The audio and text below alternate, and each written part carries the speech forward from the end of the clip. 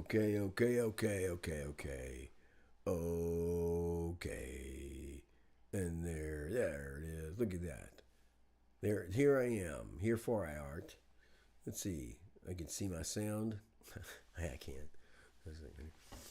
And all right, I have a guitar right in my hand. That's where it should be, I suppose. So, guys, welcome to Mark Teaches Music. This is Mark Teaches Music. This is the Improv Workshop, and this is the RSV version, the rhino something kind of virus that I've had for it'll be about 2 weeks now, and so it's the 20th day of December, 2022 is almost over. Very strange, and so I keep whenever I do, they're going to go. I want to pump you up. But you'd have to be older to know that. So I want you to have fun and be awesome, and I also want you to have a Merry Christmas and a Happy New Year. So in our Improv Workshop live stream, what we're trying to do is get better at improvising. And what we've been doing for, I guess it's 4 months now, is taking songs and, playing just 2 songs and keep staying on the simpler side. Wouldn't call them simple. Some of them are simple, and some of them are not so simple. But staying on the simpler side, and just trying to get better at ad-libbing and figuring out where to play and what to play and stuff like that. Not trying to be like, whoa, how did you do that? We're not. We're trying to be more like, this is how he did that. This is what I should have done. So anyway, if you have any questions about lessons, you need to go to dallasmusiclessons.com, and we have information there about lessons and taking lessons and stuff like that. And this is just exactly what I did not want to see. And there we go. And if you got any questions, this is the time, to ask your questions and to put your questions in this chat, dumb named chat. I hope I don't chat very often with people. So talk, yes, share, those kind of words. Okay. All right. So let's see here. Let's see. So we're not just ad-libbing here. And today what we're going to do, instead of we're going to spend time ad-libbing, but we're going to try to work back way, way, way up and talk about just how music works and these kinds of things, and all directed toward your soloing. And not, I'm worried about people. You do learn, about improvisation or anything in music by spending time doing the music, and being in an ensemble, whether it's a couple of your buds or an orchestra or whatever. It tremendously helps your musicianship, and there's a bunch of reasons, and we'll just go with the reason that there's a whole bunch of people around you and you can't quit and leave. So it's like, well, so you learn from it. Only problem is that with ad-libbing, we do want to discover more and more and more keys to make us play better.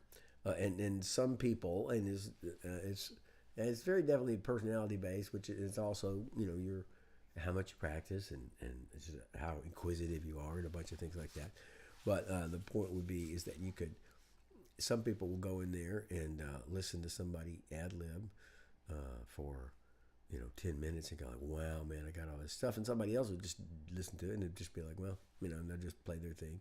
And so there's a balance. It's not a personality like a condemnation or a prophecy. You will be like this. But if you want to succeed at music, we have to look at the different ways that you may not be one of those people, or I should say this positively, you may be, yes, one of those people who need more explicit instructions. I certainly do.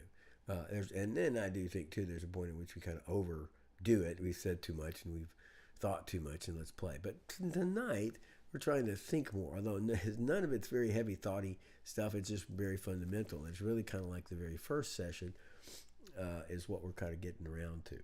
So the basic idea here in the beginning, back in the beginning, there was 2 a string stretched out, and God went doing, and he tightened it, and it went doing, and it went doing, and he tightened it, doing, doing, doing, doing, doing, doing, doing, doing, doing, doing, doing. No, he didn't. But in the beginning, all of music is about tension and resolution. And listen, if you're a super practical person, first off, good luck, because you're in my territory now, baby. You're in my house. You're in my house. This is the music house. So in the music house, you're going to have to act like a musician and not like a engineer or a scientist. So music is about tension and resolution. It's about things being exciting, things being relaxed, things being it could vary to uncontrolled or controlled, and we have to have changing. And it doesn't matter how good you play, and no matter what you play, if you play really, really well and you don't vary it, it becomes very boring. And so my degree's in the oboe, which I know you guys have got. There's probably 20 oboists on the channel right now, ready to holler out, holler back, oboe, holler back. Anyway, so I'm a classical musician. Half of classical music is boring as all get out, and it's for those reasons. It's kind of like it achieves a level, and then it just kind of stops there. And so, anyway, we're all, especially when we're the creator of the music, we're all in a journey or a struggle to put tension and excitement.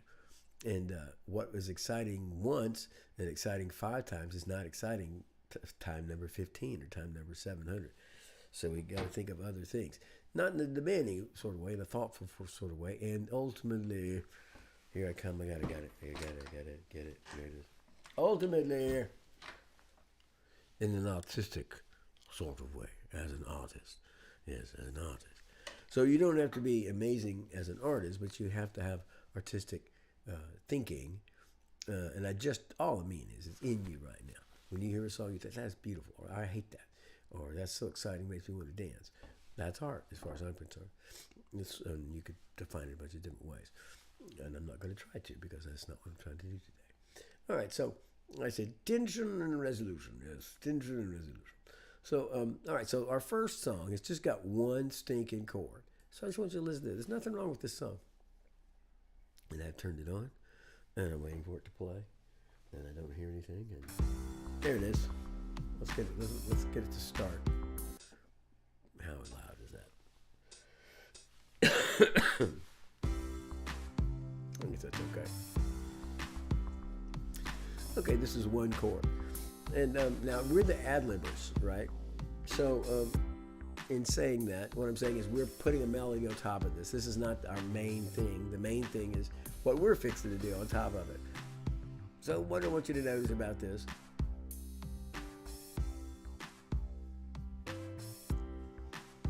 there's very little tension. There's very little direction in this. You know, it's kind of like, and this is a C chord. So the longer we listen to it, it almost has tension in it because it doesn't do anything. It's almost got a tension of, you are going to change, aren't you? Sometime soon. You're not just going to stay here forever, are you? And yes, I made this track, and it's going to stay here forever. It's never leaving, which makes it kind of hard to enjoy. So, but anyway, that's what I wanted to say. Here's a chordal or harmonic foundation, just sitting there on one chord. Now, any note of the C scale will work over this note.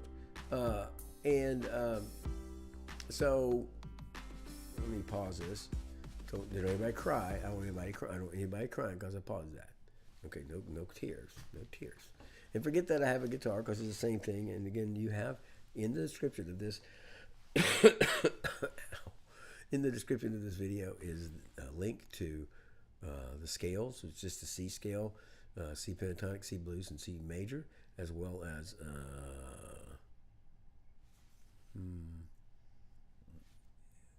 A major, for the blues, not for this. We're in the key of C right now. So anyway, some notes of the C scale. Beautiful. Let's try it with sound this time.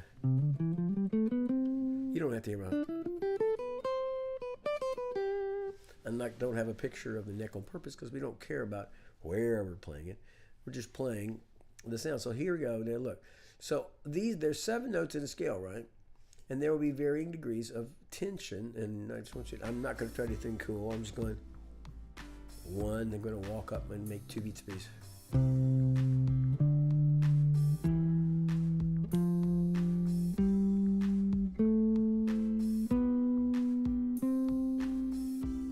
Now, I know things, a million things, many things, and you do too, that would make this interesting, like a go.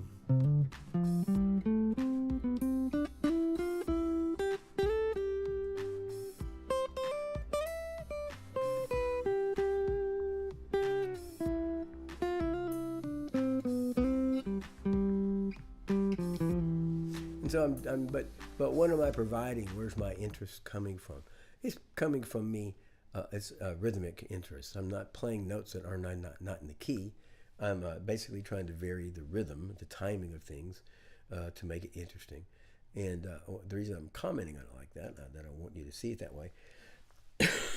And just remember now, put your questions down here, or comments, and say, no, I disagree with you.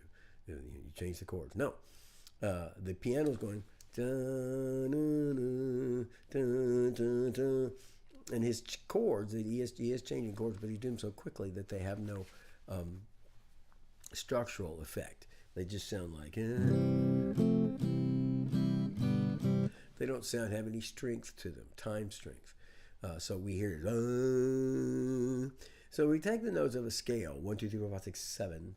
1, 2, 3, 4, 5, 6, 7, 1. So there's a little chart that I have made. That is not like some secret chart or anything. It's it's not. I don't know how well known it is, but I did it. And here it is. It says consonant. There's only 12 sounds, right? There's only 12 sounds. Oh, and so I got this one, and this one, and this one, this one. That's all there are. There's 12 of them.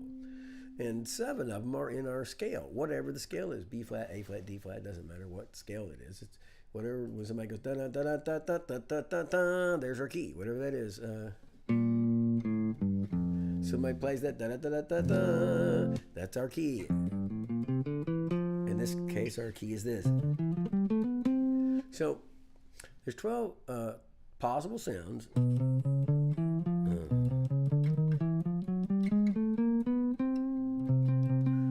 And 7 of them are in the major scale, minor scale, Dorian, minor scale, different kind of scales.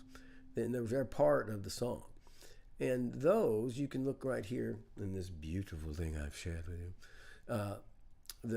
These is an order, right there's an order or a continuum or a comparison of the relative strengths and weaknesses of those different notes over a certain chord. So here we are playing a C chord, we're getting this chord. Oh, I did tune several times there.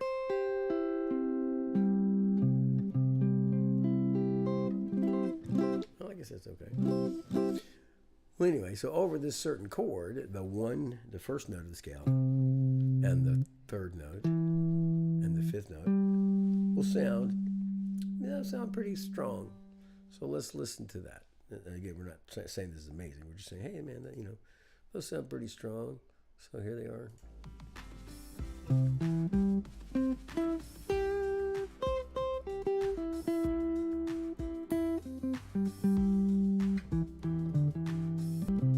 I played one. I played it 2, shouldn't have.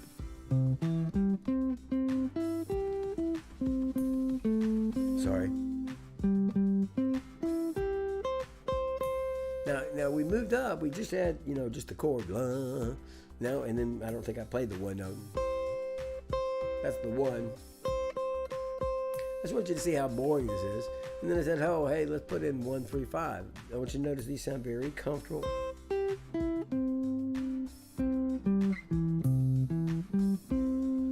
Now the 2, when you see on my list in there, then I got the 6, the 2, and the 7. These are sounds that are in the scale. 1, 1, 2, 3, 4, 5, 6, 7, 1. The 2, the 6, and the 7 are less consonant, less normal sounds, but they still sound fine. Here's the 2. Here's the 6. Here's the 7. Let me go 1, 3, 5, 7.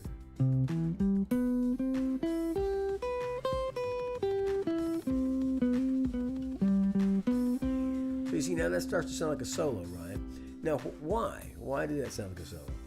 It's because it had consonants. It had it had places without tension where you just said dun, dun, dun, dun, dun, dun, dun. But then it had places where it was like, oh, that was kind of unusual, slightly unusual, because you only it. There's the 7. There's the 2. There's the 6. 6. There's the 2. Sorry, there's the 4. It's fine. There's the 2 again. So we got this chord that's just sitting there. It's just sitting there, as a under us, giving us basically truth, giving us order. It's saying out of those 12 sounds that are possible, these are the 7 I'm using. It says wah, wah, wah, and here's their relative importance. The 1's the most important, the 3's next, the 5's next, the 2, the 6, and the 7 are next. And you, depending upon what kind of music you're playing, is which of those is the most important to what you're doing. And you need to memorize that. If you're playing an instrument like a saxophone or a trumpet, any orchestral instrument that reads notes normally, then yes, you need to memorize those names, because you need to, the 1 through 5 is the safest, and they sound the most consonant, and then 2, 6, 7 would be less so, but still pretty comfortable, because you're trying to create a tapestry or a continuum or a contrast of strength and weaknesses. So you'd end a solo on, this guy's going to, so you'd end on this, there's the 1, or you don't have to. So that's 3, 3, 2, 3, 5, 1. So that's your solo, and it ended up with a lot of cool stuff, but then you ended up kind of pulling it back home, and you took a little trip like War and Lowrider. So anyway, and then on my little wonder sheet of truth out here to put on there, then I had, this is still in the key, I had the 4. And I'm going to play the 4th note. I want you to hear that it is not satisfying. No, it's not a bit. You would think that it's in the scale. It is. Here's the scale. And what it actually does is it makes you want to go for it.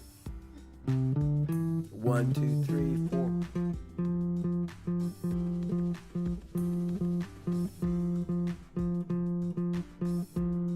4. Hey, Jeffrey. That's the 4. Okay, now I'm just pointing out, you got no resolution there. You got, because what you wanted to do is go.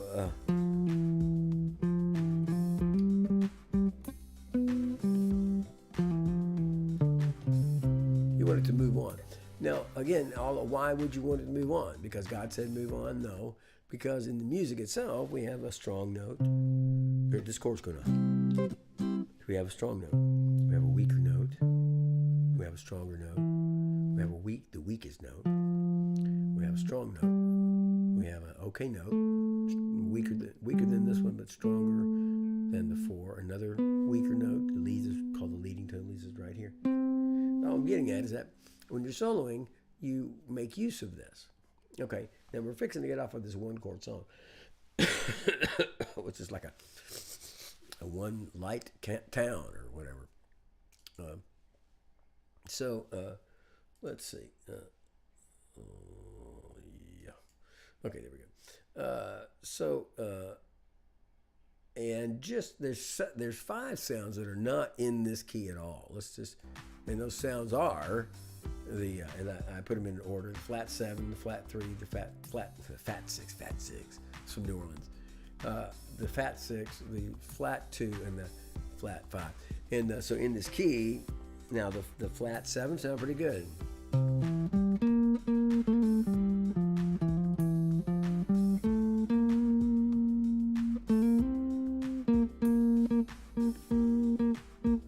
Here's the flat 3.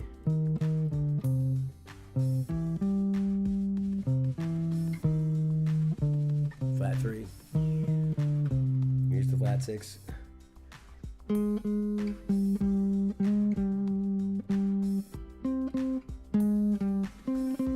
notice, if we change the chords, if we let the chords do their thing, when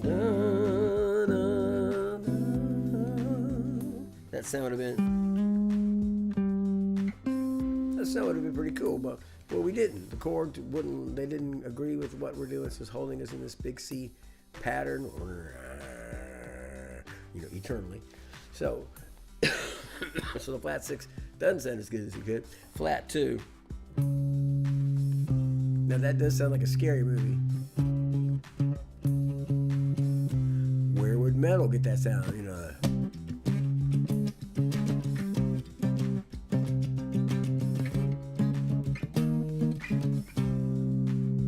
And don't tell me about Phrygian mode, because it is Phrygian mode, but our pattern here doesn't really support Phrygian mode too good, I don't think. And then lastly, I think I said a flat. No, I already said flat 3. What was that? Flat 5. Yeah, and that would be where was it? And what I want you to notice is that a good part of what your ear wants to do in all of these, it says that's fine if you would just get off of that. Oops, sorry, I meant to move this off here. Yeah, there we go. So a good part of those sounds, like you hear this sound. That was the flat 3. Comes to the flat 5. Not a big deal. Flat 6. And the flat 7. Now I'm not saying this sounds great. And the reason it sounds not great is because of my chord progression. My chord progression is basically just, it's defining everything as very vanilla, white bread. Don't give me any variation. Don't give me any interesting sounds. Says my music, like my harmony, the stuff that's behind my song, and so it itself is just being very boring and restrictive, and not letting me play a lot of things that are available to me. One of the things, though, I do want to say is that you should all remember, including me, it's one of the most freeing things there ever was, is the idea, and the absolutely true idea, that of the 12 sounds, of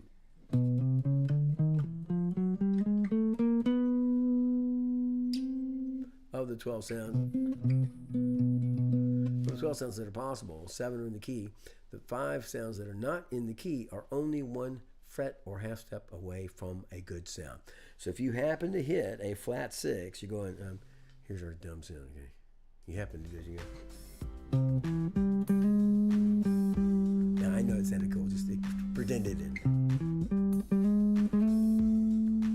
So I just slid up. There's the flat. Here's a flat 7. You hit a wrong note.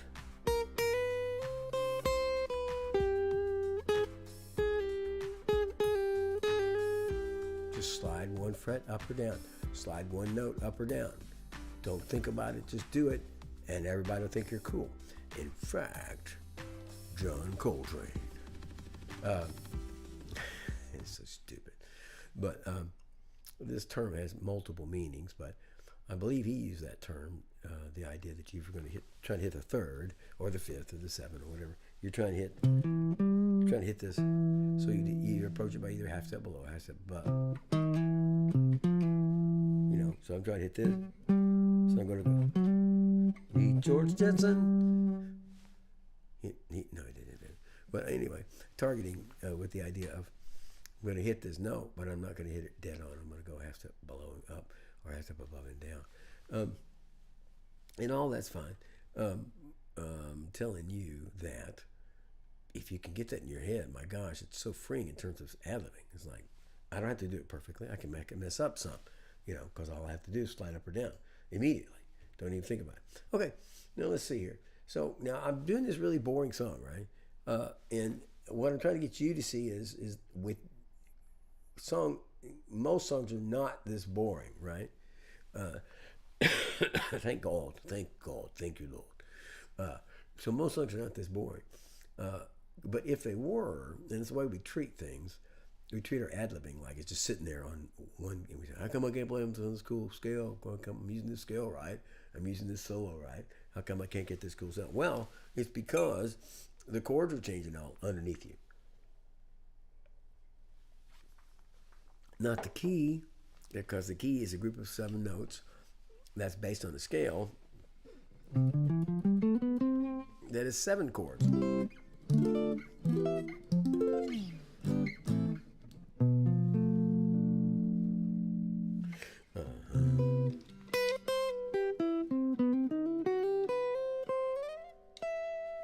So I'm saying the key is the 7 notes and chords built on 7 notes, and 7 chords built on the 7 notes of a scale. So we heard that this song is just one chord, and so those notes have different strengths and weaknesses. When the chord changes, what sounds good and bad changes at the same time. Doesn't change keys. It just says, hey, 2, 1, 3, 5 was really great. It ain't great no more. And so you got to follow along with what's going on. So, yeah, I don't think I want to do that. So I'm going to go to this song. You're going to love it. What I want you to know is about this. Same song. I know you guys are excited.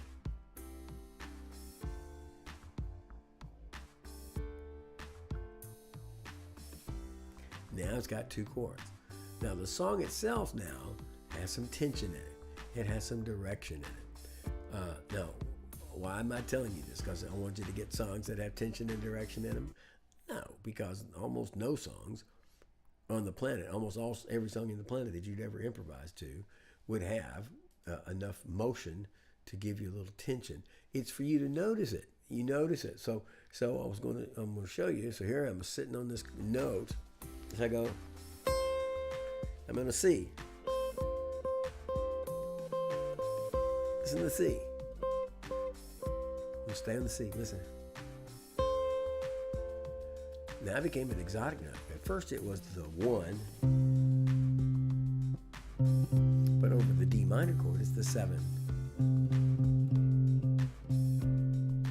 Okay, now we talked a minute ago about the most solid thing was 1, 3, 5, 1, 3, 5. Okay, but if we do that over both chords, so here's 1, 3, 5 over both chords. Staying on 1, 3, 5. Here comes 1, 3, 5.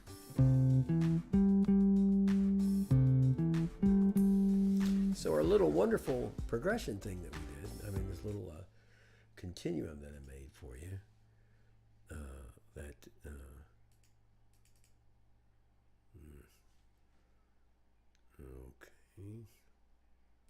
I'm not seeing it. Why is this? No, I moved it. There's something. Oh, there it is. Okay. So this little continuum that I put up here, that is over each chord. So we're in the key of C. We are in the key of C. So over the C chord, the C and the E and the G, bum, bum, bum, bum, over the C chord, dun, dun, dun, dun. And we can take it to the 7, sure. But those same notes, when we get to the next chord, which is a D minor chord, we're going to have to shift and go. And so what I'm saying is, for it to sound as secure as it started, we're going to have to move up from 1, 3, 5 to 2, 4, 6, because those are the notes of that chord. And here's the beautiful progression.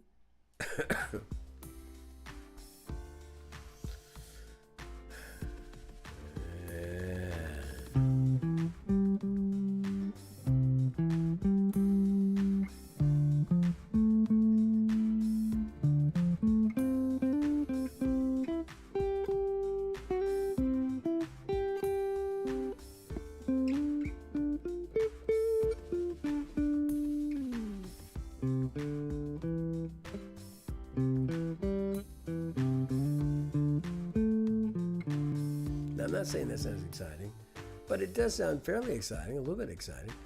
And the reason it sounds a little bit exciting is because we're following the changes now. And the changes have put in some tension, and we're following the tension. And we're not following it by saying, we'll see how weird we can make it sound. So here's my C.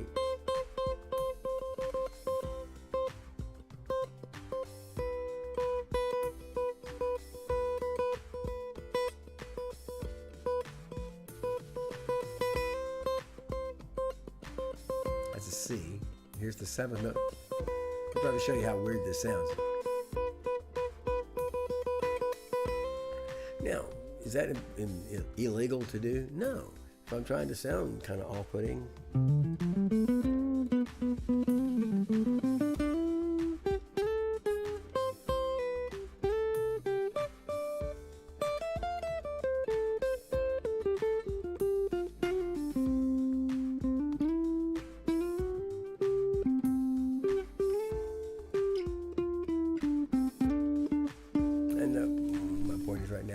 I'm just kind of anticipating, and this is what you need to do in your soloing. You're anticipating.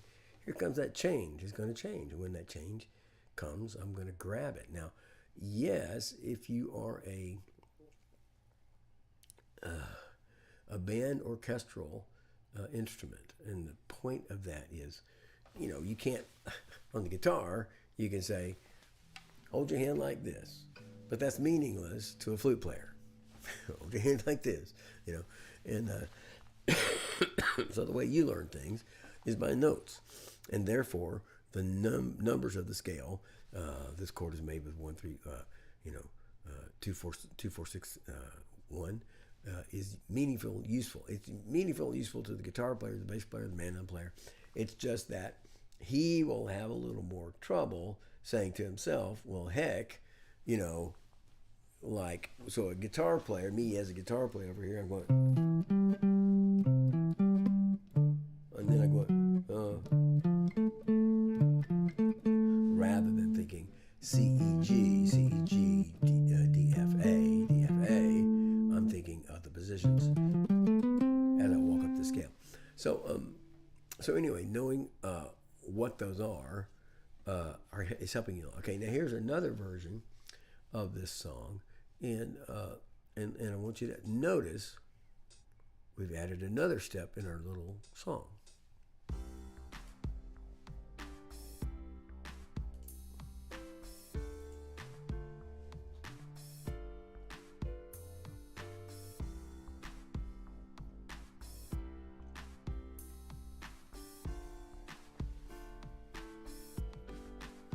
It's got 3 chords now. It's got a 1 chord, then the chord built on the 2nd note, the D minor, and then the 5 chord built on the 5th note. We can actually figure those out. Watch, I'm gonna count up scale wise. 1, 1, 2. Watch me. 1, 2, 3, 4, 5. 1, 1, 1, 2, 1, 2. 2, 3, 4, 2, 3, 4, 5, 1, 1, 2, 5. And those notes are, the 2, we said a second ago, it's 2, 4, 6, and on the 5 chord, it's 5, 3, 2. But what I want you to notice too is there's now a little trip in our song. The 1 chord, always, you need to remember this forever. The 1 chord sounds like home base. It sounds like you finished your journey. It feels like you completed. It doesn't necessarily feel like the song is over, but it does feel like we took a little trip and we came back and we're happy that we made it back. Now, so what I want you to hear, and that's the first thing, I want you to hear the 1 chord. Listen to the 1 chord. Didn't want to do that. I want to play this. Home base. Sadness, it's a minor 2. What does that sound like? Here's back to 1. Home base. Here's the sad chord. You give me an adjective for this sound. Ignore that stupid sound. Ignore that. Here's the minor sad sound. Now what does this sound? What's it sound like to you?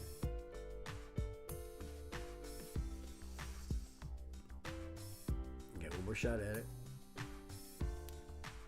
And okay, so the one chord right there sounds like home base. We finished our trip. Here's the sadness, and the 5 chord sounds like go back home, and we got to home. We're at the house, and then we lost our little doggy, and we said, go back home, little doggy, and we get back home, and there he is home. So our solo has, our song behind us has some,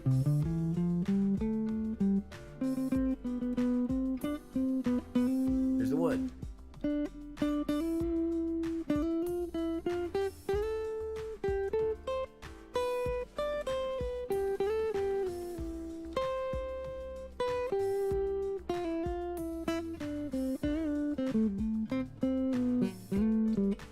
Okay, now what was the point of everything I've been saying here? That's a good question. I have it written down. It's that music is about tension and resolution, and our opening progression, which is one chord, was so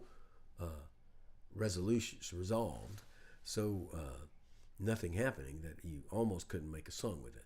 You'd have to work really, really hard and play a lot of really, really interesting things. And honestly, there's a whole lot of country music and Celtic music and folk music that, by no means all of it, I'm just generalizing. There's a lot of music that doesn't move a lot harmonically, and the guys who are really great at it are doing crazy stuff in the key, and they're moving around. It's like, wow, how'd you do that? Getting a whole lot out of a single dimension, or 2 chords or 3 chords or whatever. But most music has a little bit more motion than one, not emotion, but motion. So you are listening for those chords to change, and you're trying to, you don't have to say that's the sad part, or that's going back home, or like I did just now, but you can say, you're listening for that, and you can say, there's that. So this sound, what was I saying,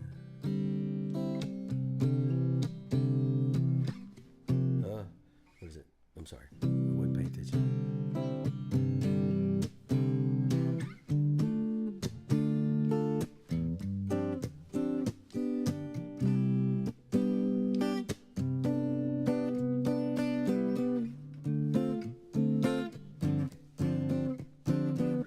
Like just those chords, they have a story. So, and you need to be able to hear what those are. First, you need to hear them, that they exist, they make changes, they make a definite change. It's not just a, yeah. All my notes work. They all work, but they don't sound the same. So, the F chord, here's an F.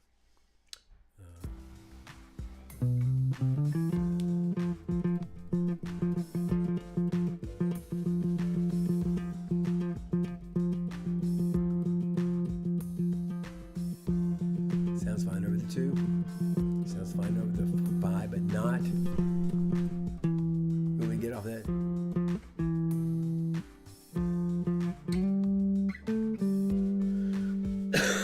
Not that we have to do that, but you want it to do something.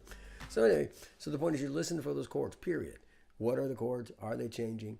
The second step you would like to do is you'd like to be able to identify home base, the 1. If you could just say where the 1 chord is in everything that you play, then you could say that would be approximately 20% of every song you ever play in your whole life. Maybe 10% depending on the kind of music you play.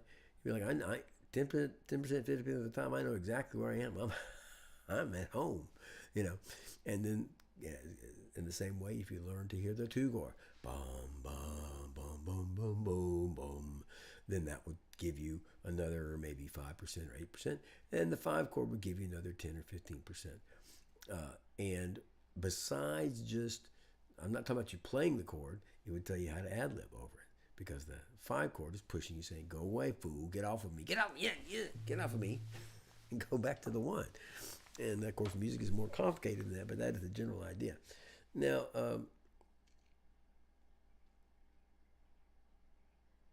okay, so I think there's only 5 minutes left. I thought I did this other little progression in D Dorian minor. Let's see what this sounds like.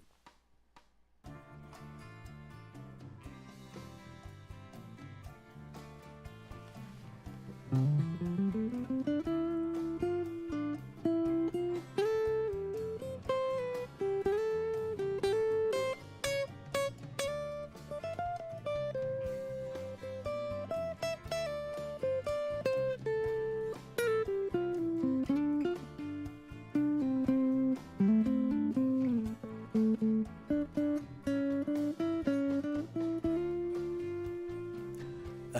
think I did this because it's using the notes of the C scale.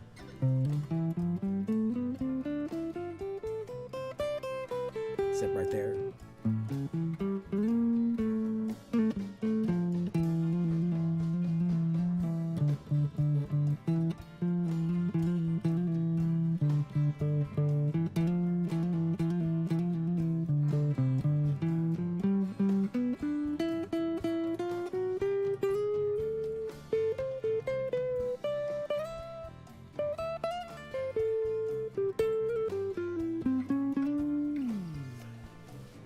So, check it out. Let's listen to it in the context of what we said. Specifically, this is based on Oye Como Va, which is probably a different key completely. But Oye Como Va is no. So it's changing a little more quickly. The Dorian minor. Now listen. When guys are talking to you and they're telling you stuff to do, or you're at a seminar, or you bought an album, a teaching thing, don't just sit there and listen to that guy and go like, oh man, the music's so hard, or oh man, that's so cool. I had no idea what he said. You dig that sucker, that stuff out there, and you figure it out. So Dorian sound is a completely predictable that the one chord's a minor and the four chord is a major. So this is all Dorian, all of what's his name? Carlos Santana.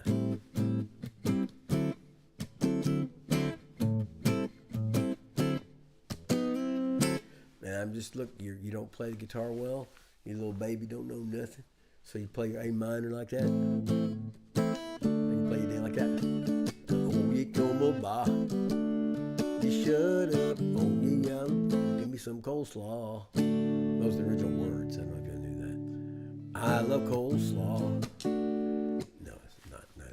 But the point here is that chords and the chord progressions, if you hear a difference, since there is a difference in sound, that's predictable. That's learnable. You can learn that.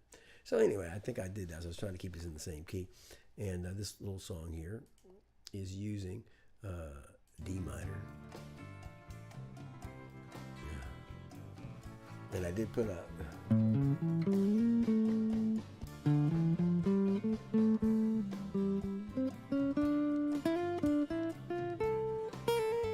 Now see, I'm listening.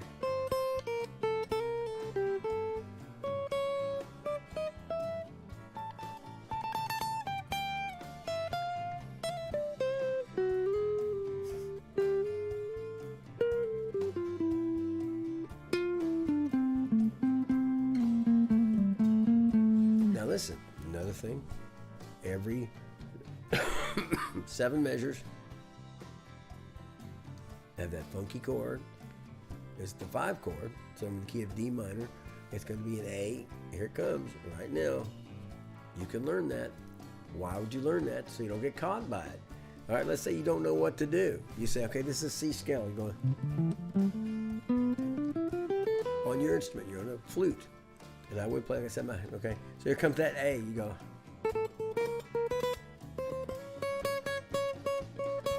Chromatic scale, right?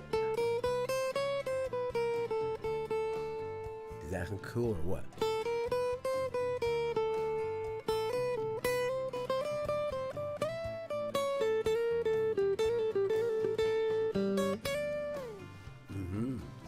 So I'm saying, I want you to use your ear. Don't just be like, hey man. It's great to use your brain. You have exactly 3 ways you can learn. You can learn with your ear, ticking. You can learn with your brain, ticking. And you can learn with your hands.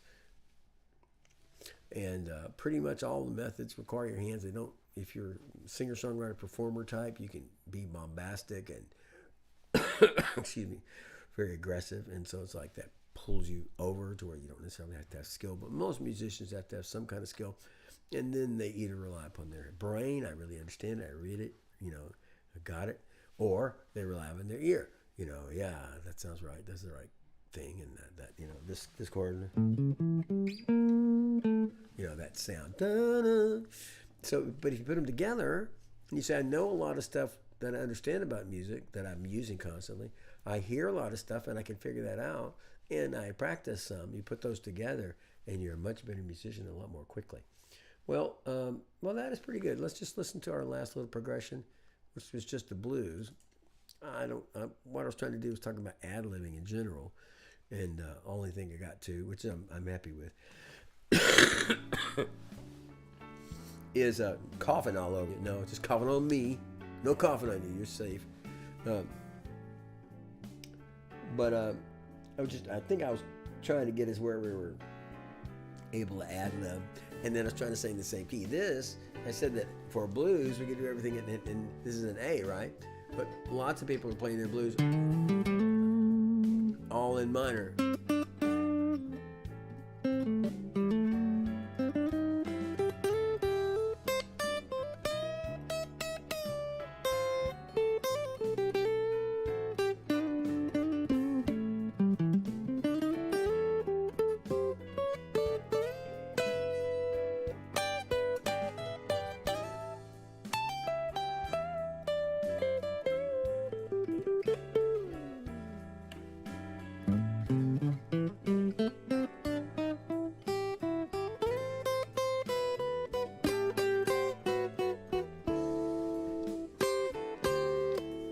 All that gnarliness is advantageous in the blues.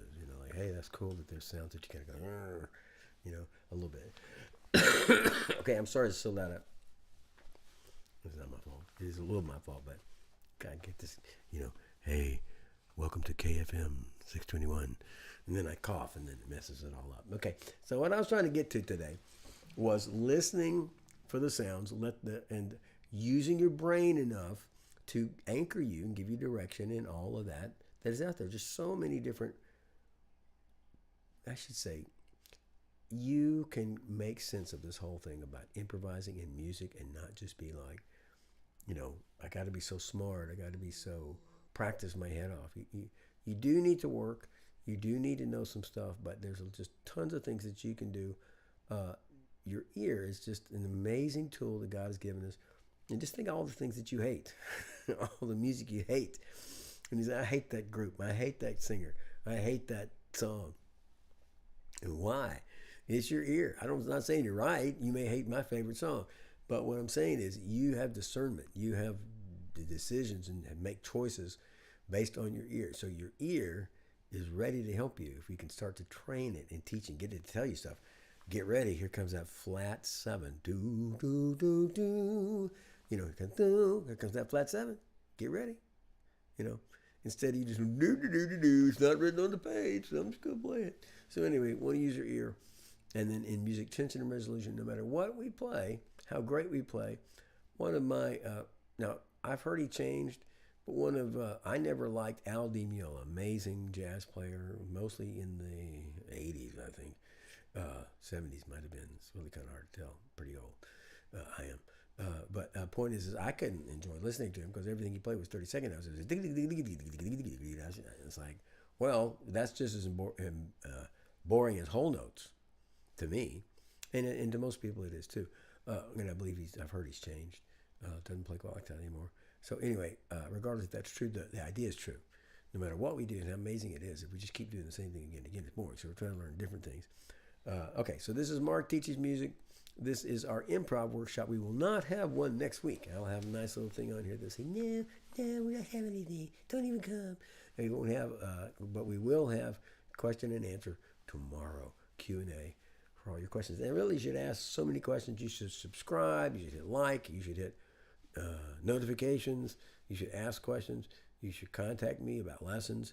You should get a hold of a school and get me like 400 or 500 students all at once that basically they all want to take, but they're all willing to pay me, I don't know, $2,000 an hour for a group class, something like that.